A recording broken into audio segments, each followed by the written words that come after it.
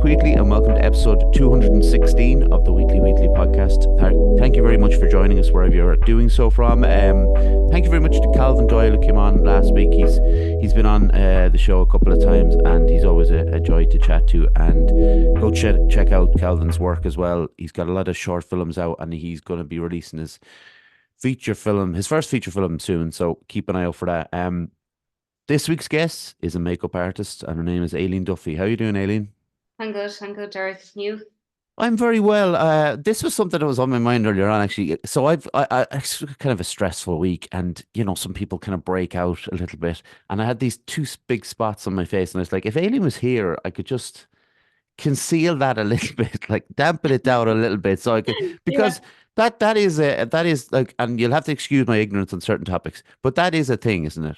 absolutely. And funny you say it, Derek, because I suppose a lot of my work it is a kind of a female-dominated Hmm. area.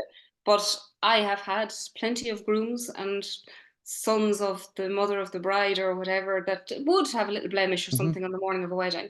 2 seconds Yeah. of a little bit of concealer, a little bit of powder, and off you go. And I suppose it's becoming, it is becoming more. I suppose men are looking after their skin so much more now and more conscious as well. So, and it is becoming more popular that I would have males asking me for little kind of touch ups or even knowledge on products that might help with. And your Yeah. skin looks great to me, but I know, I know where you're coming from. Yeah, it's such a trope that I see in films a lot, of the prom night where the pimple comes, and there's you always hear about it and see it, but you're right in the fact that it's always seems to be the women in the films that are doing it, and obviously men break out too, and it can play a lot on somebody's mind, I think, when they have a, a spot in their forehead or something that kind of stands out particularly. And men shouldn't be embarrassed or ashamed about, just kind of, if they want to get that sorted and ease their kind of worries, they should go and do it. Absolutely. Gosh, yeah. If I've got a group and somebody, there's a man in the area and he needs something, a little bit of concealer or whatever, I'm like, just pop up on the stool and let's fix this. Yeah. 2 seconds. There's I'd say maybe I'm doing makeup for maybe about 15 years now. Maybe 15 years ago it'd be harder to get the guy up on the stool. Yeah, So yeah, they wouldn't want to get on the stool in front of a group of girls or whatever. But now it's totally different. Totally yeah, different. which is great. So obviously, Aileen, we always start at the beginning. Can you give us a short history of your upbringing, please? Yeah, I can, of course, Derek. Yeah, I grew up. I'm based just outside Athlone, so right in the Midlands. So I grew up on a small country farm in quite a rural area. My father was a really, really hard-working man. He farmed, he worked full time. He was always on the go. My mother was a great, well, stay-at-home mother, looked after. There was six of us. Wow. So it was a busy household. My grandparents lived quite close. So I suppose it was a very traditional kind of Mm. Irish upbringing. And I remember, I suppose when I was young, I knew I had really zero interest in farming, but I had a huge interest in anything to do with creativity. So Right. I was very lucky. My mother was she kind of saw that in me, and I wasn't any good at farming anyway. I didn't like getting my hands dirty, really. Yeah. So she taught me how to knit, how to cook, kind of more of this, how to sew. So all, and I think that's probably what sort of started Mm. my interest in getting into doing something in the creative world rather than maybe, obviously I love being outside and I love all of that, but farming certainly wasn't my thing. So that kind of, that started things for Mm. me. And I suppose it was always something I was really, really interested in was creativity, to Yeah. anything and my mind would think a little bit more on that creative realm, I suppose. I'm certainly with you on the idea of not getting my hands dirty too much, and the creativity side, because it's just something, if you're drawn to it, you're drawn to it. And Yeah. there's something very noble in the hardworking parent, which whatever they're doing. But if you're drawn to something that's a bit more creative and stuff, it just becomes hard to get away from. Like, it's that pull of it, and that's that. But can you tell us when you first became aware of mental health? Yeah, and it's funny because back and living in that rural part of Ireland where I grew up, there was. I would have been aware. I suppose at that time we would have had neighbours living quite close to us who were older, Hmm. and maybe some of them would I would have known there would have been maybe particularly some older ladies that were living down our road, and they wouldn't have. And I suppose it wasn't discussed about a mental health issue. It was Yeah, just discussed very differently.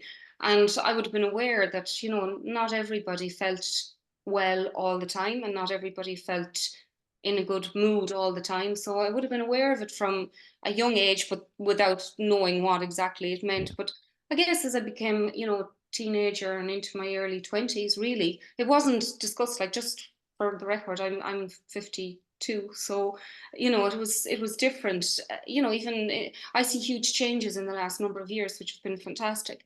But again, I guess when I was in maybe 18 to 20, I'd have had friends who now, I suppose if we were to talk about it in today's language, there was a lot of kind of mental health problems there, but yeah. not being addressed in the same way. So would have been aware of it from quite a young age, I suppose. But again, without ever being able to put that kind of understanding Hmm. of what it was, or how it affects people and things like that, wouldn't have been so much kind of aware of that, but would have been aware of, I suppose, how certain things would have affected people's mood and how Yeah. they might feel and things like that. There was the code words almost that someone suffered with their nerves, and it was that covered everything. There was Yeah. no there were Mhm. there was no nuance between it. So there was no anxiety or depression or bipolar disorder. It was just someone who suffered from the nerves, and like I don't know how it's been in relation to where we are in maybe in cities as to where we are in kind of more rural areas now, like, and whether it's if it's the same or if one is catching up with the other. Yeah. Obviously, there's a generational gap, and older people are kind of catching up with it and they're hearing about it through the news and everything else. It's become more in the broadcasting, but it's interesting to me, like the kind of the difference between the urban and rural idea of mental health. Do you think that there is a difference there? I would. Mm. Maybe not so much. Do you mean now, Derek, Yeah, or in the past? no, there was yeah, like definitely in the past, but I kind of like to think that we're kind of on a level now. We're kind of caught up I with would each other. think so. I would think so. I would think, yeah, very, very much so. I mean, I Mm, have nieces and nephews now growing up where I grew up, right. and I would also have nieces and nephews, in more urban areas, and obviously, meet a lot of younger generation now. Yeah. And I really don't think there's any difference whether you're in rural Ireland or whether you're in Dublin City. I think Yeah. that there's a much kind of more even playing field now, and people have a much better understanding across the board. Yeah. And that's obviously very positive, and we've covered it with people, teachers, and we've talked about that, and it's coming into schools more and more, which is obviously a very positive kind of step forward. Um, did you mentioned about creativity, but when you were growing up and maybe you started to go to discos and whatever else was there. Did you have an interest in makeup at that point? Not really, not Okay. really. It wasn't a thing so much. I Yeah. mean, back then going to a disco was where makeup was probably whatever my mother had in the press in the bathroom. Yeah. It was probably orange and Yeah. not didn't even match her skin tone, let alone mine. Yeah. And no, I didn't. I didn't. I actually, funnily, I always would have an interest in painting and Mm. knitting and all of that kind of creative things, pottery, everything else. But makeup wasn't really on my radar. It Yeah. wasn't a thing anyway. It just really wasn't something. It wasn't a career that people chose back at that point.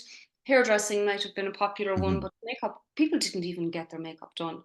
Back then, I suppose, even at that stage, brides, yes, for their weddings, but Yeah.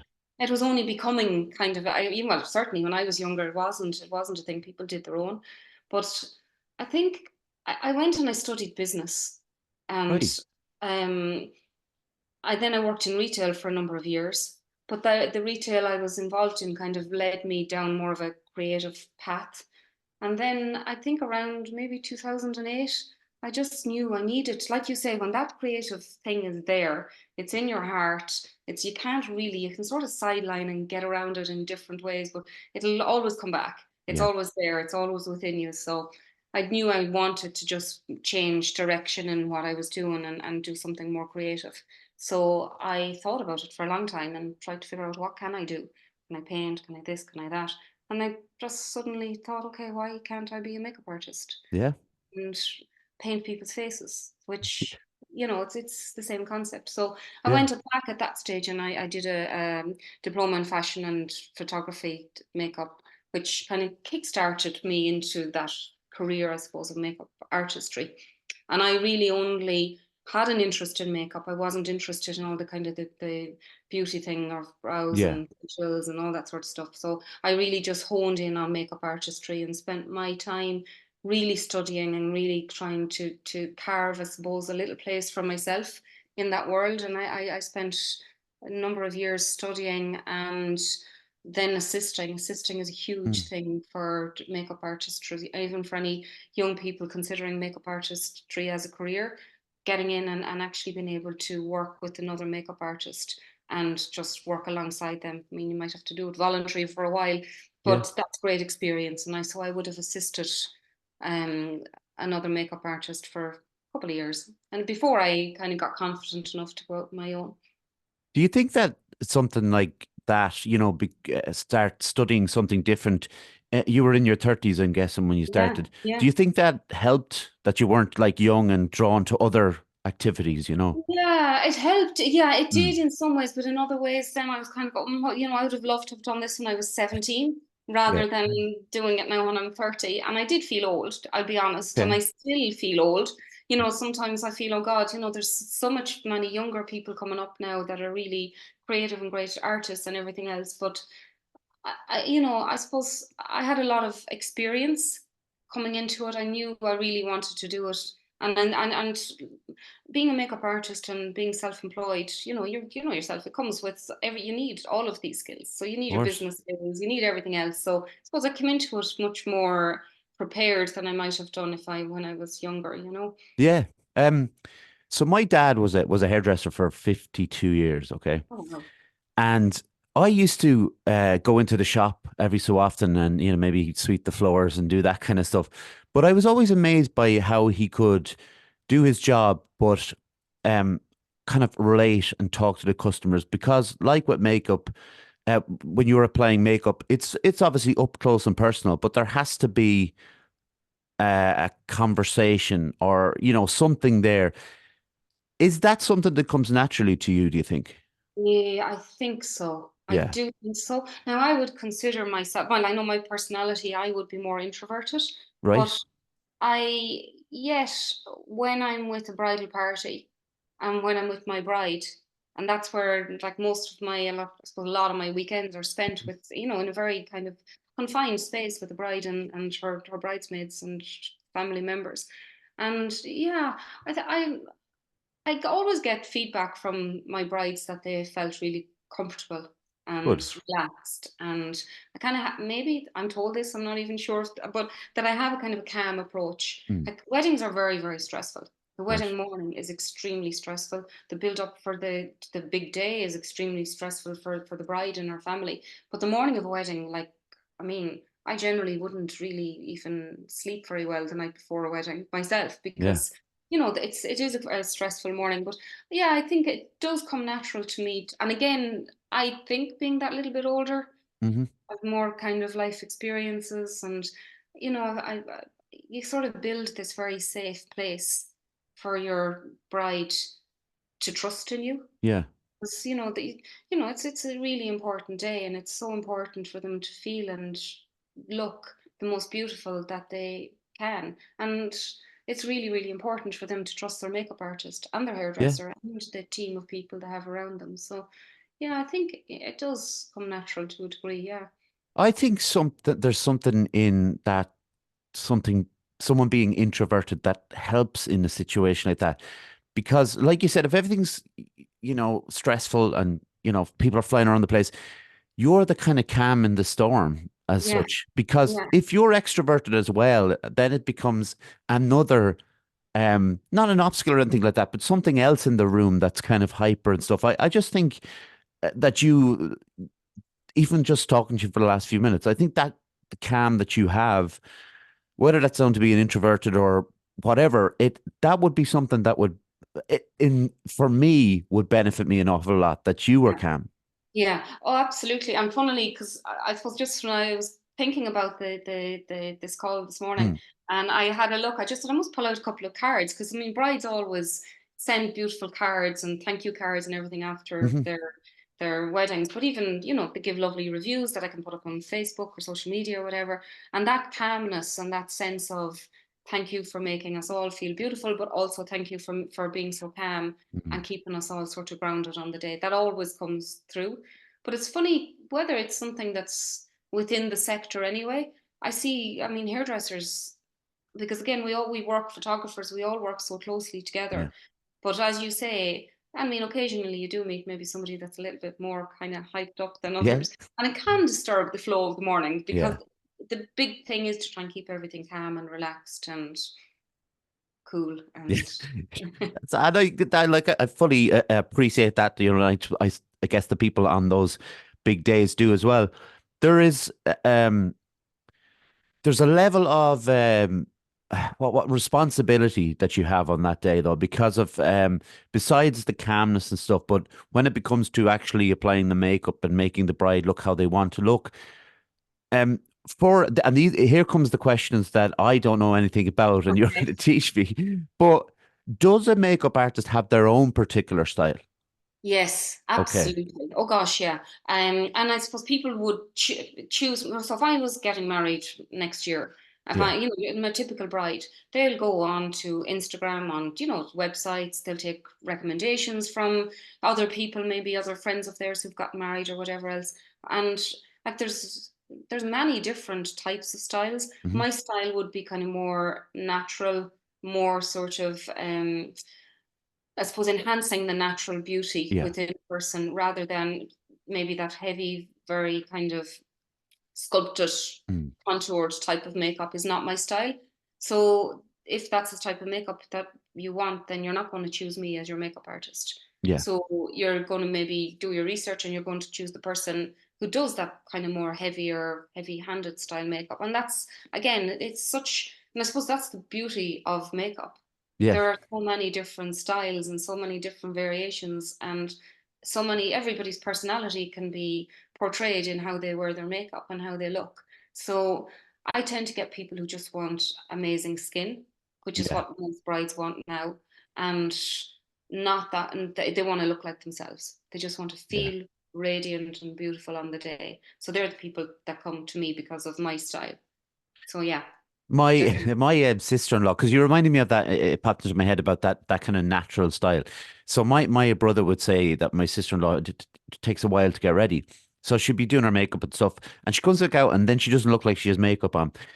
But that is suggesting, like what you're saying there, that it's she's going for the very natural kind of look, and it's just like enhancing Yeah, her own yeah. like beauty or whatever it might be, and that's when you talk to the bride, they've already done their bit of research and stuff like that. You discuss something obviously with the bride first as to what they might want. Yeah, yeah. So the process generally was they obviously would have done the research.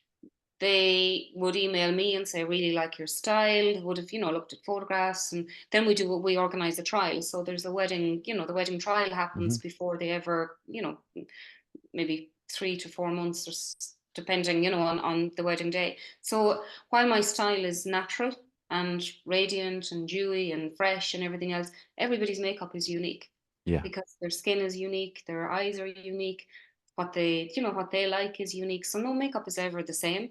But so we have that consultation. So the trial is that consultation process where we go through absolutely everything mm, from the skincare that they're using to eyebrows. You might be aware are a mhm, very big thing now. So, how maybe some people might need to go and have, some treatments and make sure that their skin is in tip top condition. So we discuss all of that. And then we go through the trial like a step by step process. Like a trial could take anything from an hour and a half to 2 hours. right. And I suppose you mentioned there as well, even on that kind of your sister-in-law Yeah. and spending time, like there's an art to a really natural makeup. It is a Mhm. very skillful thing to be able to do because it's quite easy to just slap on makeup. Yeah. and it's done. But it's a very, it's a different skill set to be able to do something that's really natural and beautiful. And that's for me when brides feel their best. And they look in the mirror and they're like, okay, I look like myself, but I just really like what I see. I Yeah. like what I'm looking at. I feel much better within myself.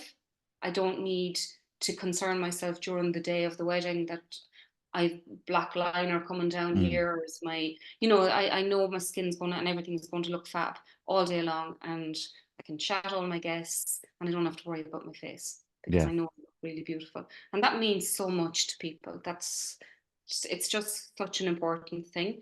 I think aside from the wedding dress, of course, being a massive choice and decision and expensive thing that brides need to invest in. After that, I think their makeup and their hair Yeah. is the next really, the two really important things, because then they just feel beautiful and Yeah. confident. Confident. Yeah. Um, because all eyes are on them that day. It's a I haven't never been in the position of not even as a groom, but the idea of like all eyes being on that person. I want to just like take a little bit of a sidetrack here. You mentioned eyebrows, okay, and this Yeah, is of interest to me because recently enough, I recognized how unruly mine have become, and I've actually started to had to sort them out because normally I just let them be, they yeah, weren't a problem, but when you look back, because YouTube is great, if you look back at the 1990s and everybody had the pencil thin yeah. eyebrows, which were This obviously a really thing back, eyebrow, yeah. yeah, but they were like a thing back in the 30s, and I know everything kind of comes around again, but now. I've noticed like the kind of combed up, they're kind of Yeah. bigger eyebrows. Why do you think that the eyebrows thing changes so much? I suppose it's the one thing that can change, Good if that point. makes Yeah. sense. Yeah. And it's I suppose it's a very fashion driven decision then, on especially that thinner 90s and Yeah. 80s brow, that now when people, and there are got, poor ladies who went through that whole phase and their eyebrows never grew back properly. Oh, really? So there now would be maybe getting microblading done, which is kind of like tattooing on little hairs to Oh, make their eyebrows fuller. Or obviously most of us have to fill in our eyebrows to some level, unless those lucky ones that are just born with these amazing full yeah. brows. But I suppose it's very much trend Yeah. driven thing. But now, and for the last couple of years, that kind of fuller brow has been on trend, Mm. and I really can't see that changing in the near future. I Okay. think people have realized, like, it's much more natural. It's, nobody was born with this little one pencil brow thing here, Yeah. so, Yeah. it's kind of going back to sort of keeping with the natural brow you were born with and just Mm. enhancing it. But as you mentioned there, the that fluffed up Yeah. brow, a lot of people get this brow lamination done, so it's almost like a perm, but it's straightening your brow. Really? There's a real educational one for you now. It But is. but it just kind of, it fills out the brow and it gives that really fluffy effect, which people are liking quite a lot right Yeah. now. I think it's a lot more appealing than the pencil look, but look, who am I to say that there's anything wrong with either? It's just my preference. But I didn't realize obviously I realized that with trends and stuff, it's the same as hairstyles and things like that. They come in trends. But I actually didn't realize that the extent that people had to go to, like you say, I knew people had to fill in their eyebrows maybe, but like even what you were saying there about straightening them up, it's like Yeah, yeah. there's a whole industry that I didn't know Yeah, about. absolutely. And I'm sure if you look around, you'll see all the brow bars. I mean, there's Mm, there's so many brow bars now that, and really good studios where people are taking really good care of their brows. So, and their lashes. I'm sure you've seen lots of lashes as well. So, yeah. and I suppose I found, I suppose girls want to just take much more care of themselves Yeah. now. It's really important. Like, I mean, people are working so hard, stressful jobs, young mothers sometimes with small children, and that's their little outlet. Yeah. It's their skincare, their lashes, their brows, their nails, and they're the things that make people feel really good. They just Absolutely. feel better. And if that's something that makes you feel better, then why not? Why not? I But agree 100%. yeah. So you've been doing it for quite a while now, but is there still within yourself a little bit of nervousness, a little bit of anxiety about maybe failing someone on the day?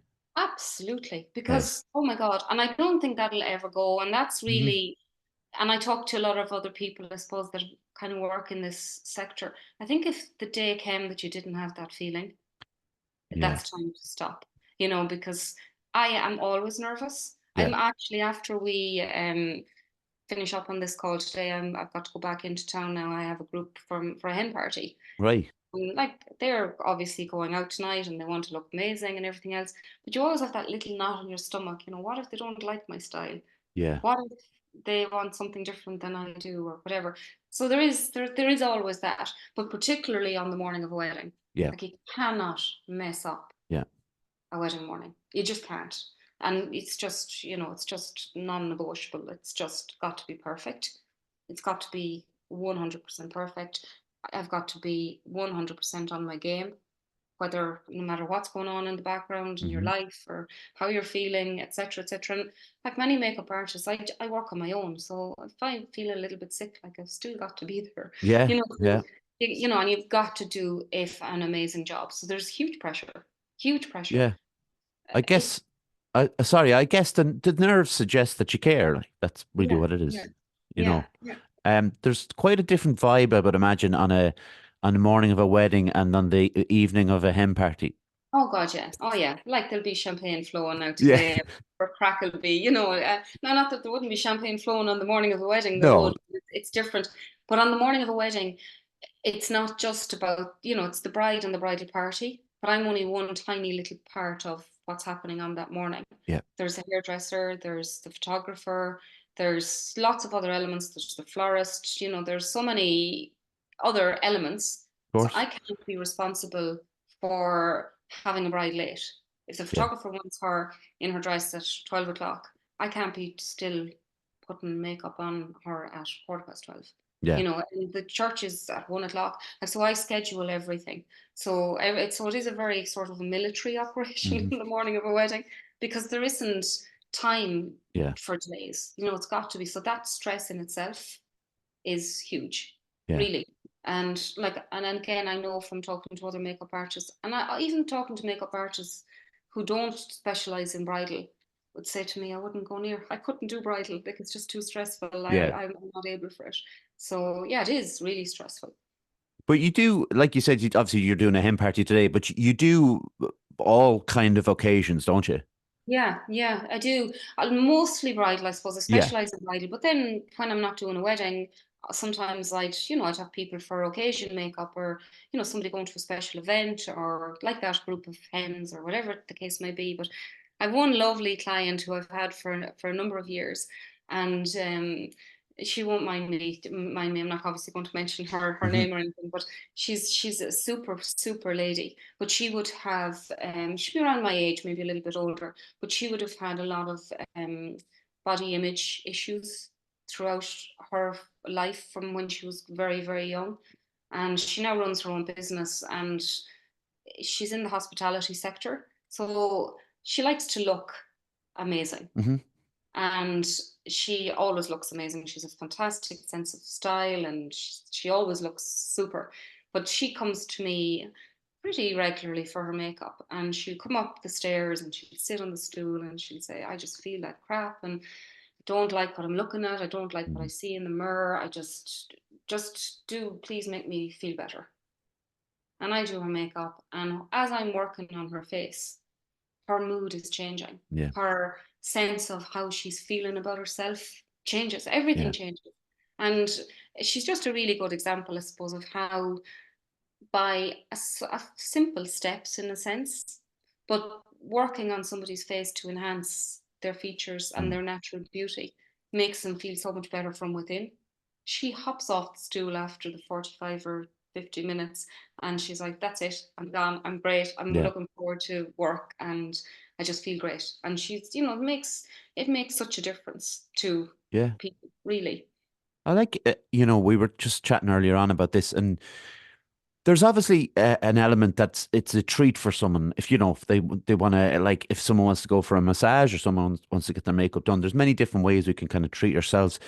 But like you said, there's something to be said for just perking yourself up in a way. Like people will get it from getting their hair cut or they'll get it from, going to gym or whatever.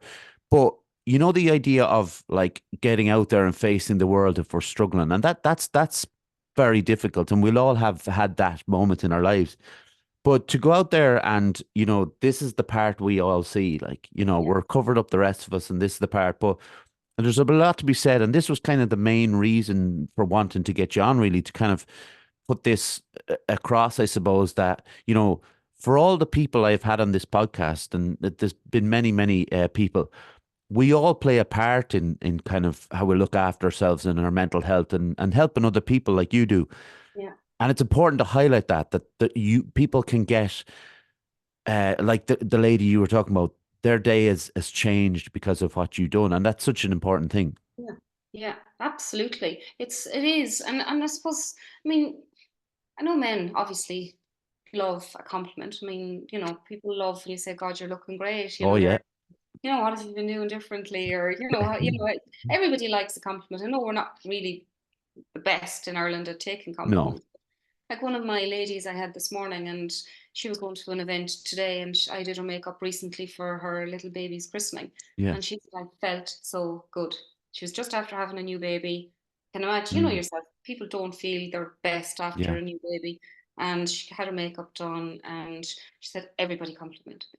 Brilliant. Everybody told me I looked good, and sometimes people need that Yeah. as well as you feel good yourself, but when people say, "Gosh, you look great," and but just you get nice compliments, it's an important kind of confidence booster as well. So, and I guess what I find as well, I mean, I often say to people, I have people coming to me for years that I've done their makeup so many times, my sister included, and I say to them, surely you can do it now as well Mm. as I do it.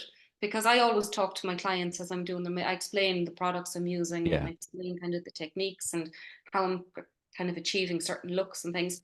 And they're like, no, it's not the same. I Yeah. don't, it's just not the same. You don't walk out of your bedroom feeling the same after doing your own makeup as you do when it's done professionally. Yeah.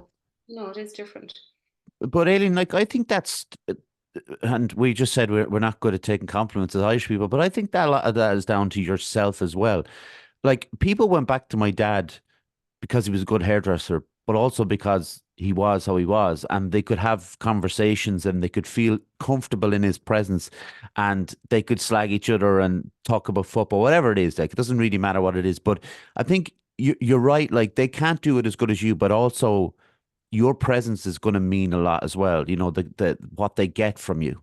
Yeah, yeah, that's true. It is very true because you've got that hour. And Mm, particularly, I suppose, even getting back to an hour is generally sort of what I allow for makeup mhm. application. But especially on the morning of the wedding for the bride, once she's because it's kind of go, go, go, and her mind is going a million, have I this done, have I that done, and are the flowers, is the car right, is everything else, aside from all the nerves that are going to naturally be there anyway. But when she's on the stool for the hour, and I could just say, this is your time now, just Yeah. relax. Because you can't actually do anything because you're sitting on the Yeah. stool. Yeah. Yeah. So you've got to just relax and we can have that lovely conversation and a lovely chat. And sure, the chat can go anywhere. Yeah. It can literally go anywhere. And it is a very safe space. People do, and I suppose I'm very, I suppose, mindful of the fact that conversations I have with my brides or with my clients who come for makeup, they're private conversations Yeah. between the two of us, and that never kind of leaves the room. But we have, but you have really interesting chats. Yeah. That's a really important part of the whole process. Yeah. I can. Like the emotions are so high. Like I can only imagine the emotions are so high, and what like you know you have to be a number of things. I always think my dad had to be a number of things, like the therapist and the friend, and there was a list of things he had to be. And like emotions are even higher than what you're doing, and um that idea, like that's really a nice way to put it. Actually, the kind of a safe space that you've given them to be themselves for that hour and maybe just relax if they Yeah. can. Yeah, yeah, exactly. No more, I suppose, than when people would be in with your dad and getting Mm, their hair done, and I suppose it's a time that you're sitting. None of us yeah, ever really get to sit that long, And then when you're in that chair for a certain time, it is a time when you're kind of will open up and chat a little bit more. And actually, just as we're talking there, I remember, and it's a number of years ago, I had a bride, beautiful, beautiful bride. And towards the end of the morning, something happened that she just got extremely anxious. Okay. And she actually wasn't going to leave the house. And she was really upset, and her family were trying to get her to come out of the sitting room and everything else. And in the end, and I don't know why, but in the end, she said, the only person I want to speak to right now is Aileen. And they came back to me and said, will you go in and chat to? I was thinking, God, what am how can I make this Yeah. any better or whatever? But we had a little chat, and she had a little tear, and she had her hug, and I fixed up her makeup. She looked in the mirror and she said, that's it, I'm ready to go. And it was something, and yet I don't know what it was, but it Yeah. was, it was that thing that just made her feel so much better. And I've met her since, and we often kind of joke about it now. What if you didn't come into, Yeah. into me that morning, or what if you had gone home or whatever? But so I suppose it is those moments that are very, Yeah.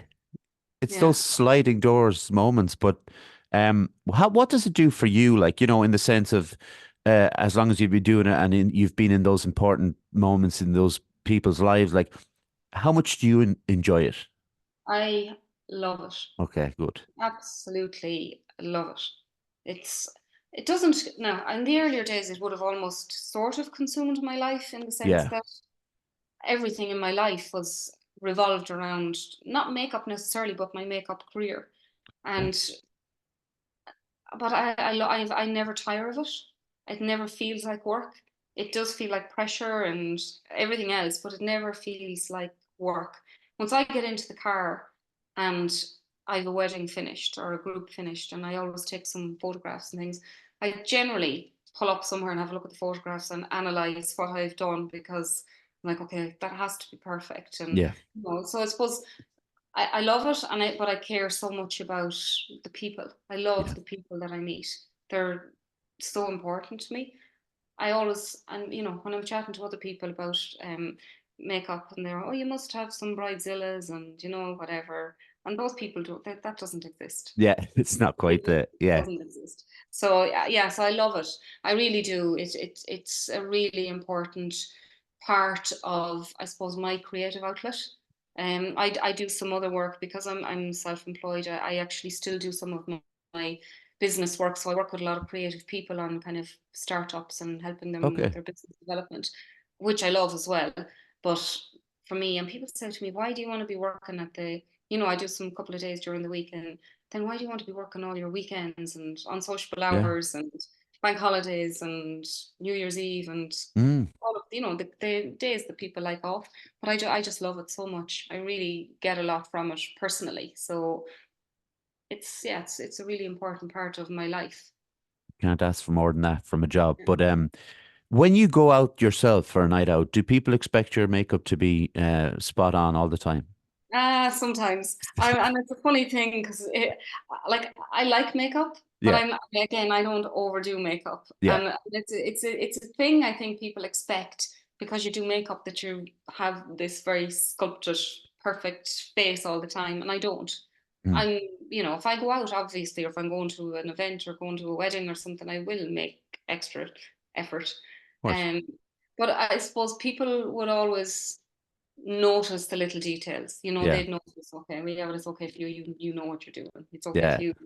You are a makeup artist, but yeah, yeah. But I love makeup, but I don't. I suppose I'm not in love with people totally transforming themselves with makeup. I Yeah. love it, but I love it, and I see it in the younger kids coming up. And they can really transform their faces with makeup, but that wouldn't be my style. Yeah, well, I was going to ask you that, and this isn't to put you on the spot or anything, but the idea of, sometimes people are completely unrecognizable. And I've seen some, oh, what are they called? TikTok and stuff like that, where someone would be getting ready for their wedding or prom or whatever it is. And it'll show their natural look. And then all of a sudden you'd kind of think they look about 10 years older and they look so much different. And I think you mentioned earlier on, it's about, did you say it was like about sculpting the kind of, Yeah, Yeah. That it's look, it's up to everybody what they want to look like, but it's very kind of harsh to me. It seems like I don't know, like you're talking about enhancing beauty. I think that kind of just changes it altogether. Yeah, I think so. Now, I love, and I suppose we have to remember as well, Derek, makeup is something that you can experiment with and Hmm. have so much fun with. And that's what it should be about. Yeah, Should be about, I have a little niece now, she's 15, and I was chatting to her mum the other day, and she said, oh, she's starting to experiment with makeup. And I said, get her to keep experimenting. yeah, She let her keep trying, let her do all that mad stuff and crazy stuff, and let her experiment with colors and lashes and whatever she wants to do. And eventually she'll find a place that yeah, where she's happy and trends change and everything. But I guess when it comes to the stage where people are getting married, then they kind of have gotten over all of that to a yeah, certain degree, most people, and they just want to kind of get back to that really natural beauty, yeah, kind of. I won't say less, because it's funny, there's this perception that a natural makeup means not a lot of makeup. A natural makeup, there is a lot of makeup. It's just applied in a very skillful way, so it looks really, really yeah, natural. But yeah, but that heavier sculpted, and as you say, we all see them on TikTok and Instagram yeah. and Of whatever else. But then, I mean, everybody's different, and course. everybody sees what they see, and they have, what they like is different. So what I like is different than the person sitting beside me, or Yeah, that you meet on the street, and that's the beauty of it all. That's what makes yeah, everybody individual, I guess. yeah, and like and I am one, and I'm not going to pretend, but where I kind of go, oh, that's a bit overkill or whatever, but y- y- that the way you put it there about the natural thing, and it means like my idea would be, oh, this it's no makeup, but Yeah, obviously it is, but it's the matching. I suppose what stands out sometimes is the matching of skin tones, which yeah, look the natural look to it. But sometimes when you see something on TikTok, that a person might have a completely different tone, color on their face to their neck, or that kind of a thing where it looks like there's a lot of makeup on it. That's what yeah, I'm trying to yeah, say. yeah. It just doesn't look right, I Yeah. suppose.